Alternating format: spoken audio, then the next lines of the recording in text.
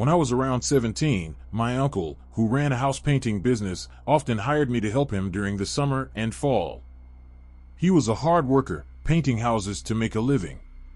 His truck was fully equipped, complete with a company name and number on the side, and all the necessary supplies in the back. We often worked together, and while painting houses was usually uneventful, there was one experience I'll never forget. That fall, the weather was unusually wet, with rain almost every day. Because of this, our work kept getting delayed, and we ended up juggling multiple jobs at once. One of these jobs was an old Victorian house located in a quiet part of town. The house belonged to a lady and her husband, who was an author. Due to the constant rain and some family issues my uncle was dealing with, the job was taking much longer than expected. One day, the lady called my uncle, explaining that her husband was struggling to write his next book because the scaffolding outside was distracting him. She asked if we could come over and finish the job as soon as possible. My uncle, being the honest businessman he was, didn't want to disappoint them, so he prioritized their house. After all, it would only take a day or two to finish. We arrived at the house in the early afternoon. Despite it being fall, the day was unusually warm, but there was a distinct chill in the air that seemed to seep into your bones. The sky was overcast, and everything was cloaked in gray, giving the day an eerie, almost haunting atmosphere, like something out of a mystery novel. The front of the house was already painted, so we went around to the back to continue the work. My uncle, being the more experienced painter, handled the touch-ups while I applied the first coats.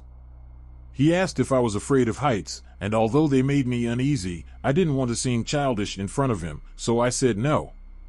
He smiled and had me climb up the scaffolding to the third floor to paint an upper section of the house.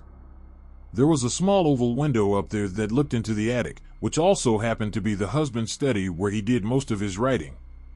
As I climbed up the scaffolding, with cans of paint dangling behind me and various tools in the utility belt my uncle let me borrow, I reached the top and started painting, just like I had done many times before. Despite the unsettling weather and the strange calm that hung in the air, it felt like any other day on the job. That is, until I reached the window. As I bent down to dip my paintbrush, I glanced into the window and saw the husband staring back at me. His face was completely devoid of any emotion, just a blank, empty stare. It was the most lifeless expression I'd ever seen. Startled, I took a step back, trying to shake off the discomfort. I managed a nervous smile, but he didn't respond. Instead, he slowly raised a pistol to his head and, without breaking eye contact, pulled the trigger. I was in utter shock. My mind couldn't process what had just happened. I gasped and let out a small scream, instinctively stepping back in fear. But in my panic, I took one step too many and fell off the scaffolding. My uncle, alerted by the gunshot, looked up just in time to see me plummeting from the third story. Thankfully, I landed in a bush, suffering only a broken ankle and a few scratches, but the psychological wounds ran much deeper. I had to go to counseling for a while after that. Even now, years later, I can still vividly recall that man's face, so devoid of any feeling, so utterly numb. It's burned into my memory. I've come to understand why he looked like that. He had given up, worn down by depression, marital issues, and the weight of too many whiskey-fueled nights. The burden of writer's block had pushed him to the edge, and he decided he couldn't take it anymore. His wife moved out of the house shortly after the incident, and we never finished the job. To this day, the house remains abandoned, and I avoid driving down that street. I'm afraid that if I do, I might look up at that window and see him staring back at me, cold, emotionless, and forever haunting.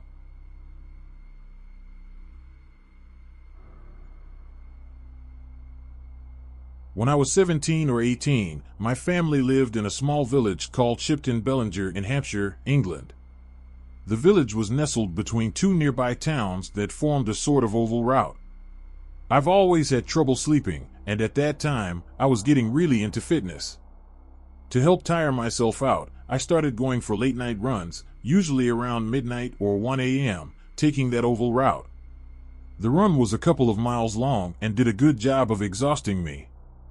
One night, I was nearing the end of my usual circuit. I had run through Tidworth and was heading back up towards Lugershall. For those unfamiliar with the area, there's a secondary school called Castledown near a back road that leads toward my village. This road is completely unlit, with dense trees on either side and open fields beyond them.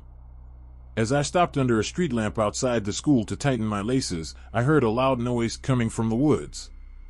At first, I figured it was just a deer or some other animal. I finished tying my laces and started jogging down the road. But the noises kept getting louder and closer. I could hear something moving quickly through the woods, and then I heard the unmistakable sound of a metal fence rattling, as if something was climbing over it.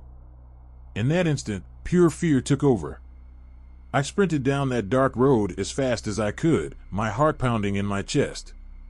The entire mile, I kept repeating to myself, if it can catch me, it deserves me, and don't waste time looking, you know it's there, just run. I was absolutely terrified. When I finally reached the village, I stopped to catch my breath and glanced back into the darkness to see if anything had followed me. After a minute, I couldn't see or hear anything, so I ran straight to my house. To this day, I have no idea what was in those woods. Whether it was a person or an animal, I'm just grateful I never found out.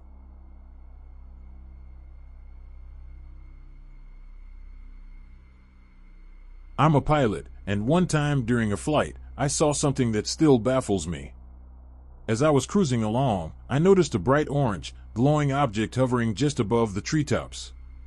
It was moving erratically, almost like a ball attached to an elastic string, bouncing around in random patterns. Curious and slightly concerned, I contacted Air Traffic Control, ATC, to see if they had anything on their radar.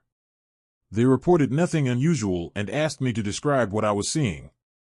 I gave them a detailed account, but they still couldn't detect anything and were unaware of any military activity in the area. Suddenly, the object shot straight up into the sky and vanished in an instant. I informed ATC that it was gone, and they asked if I wanted to file a UFO report. I quickly declined, joking that it was probably just a weather balloon, and continued on my way. But deep down, I knew it wasn't a balloon. The incident left me uneasy. We often talk about how little we know about the ocean, but at least the ocean is a finite entity. What lies beyond the blue sky, in the infinite expanse of space, is something we know almost nothing about. And that thought is far more unsettling.